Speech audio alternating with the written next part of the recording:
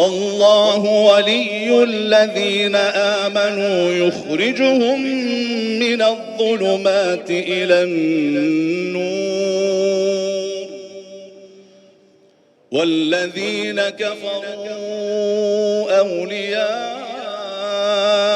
الطاغوت يخرجونهم من النور إلى الظلمات، أولئك أصحاب النار هم فيها خالدون.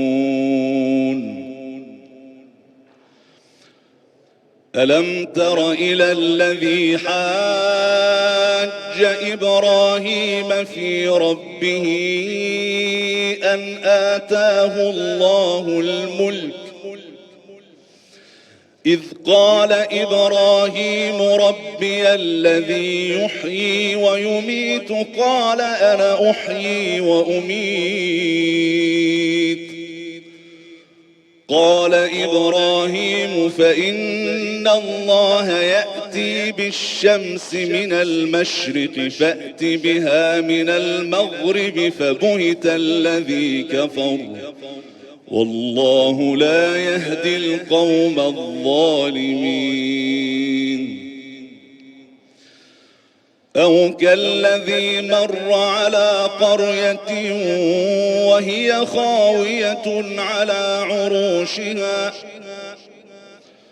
قال أنى يحيي هذه الله بعد موتها فأماته الله 100 عام ثم بعثه قال كم لبثت؟ قال لبثت يوما أو بعض يوم،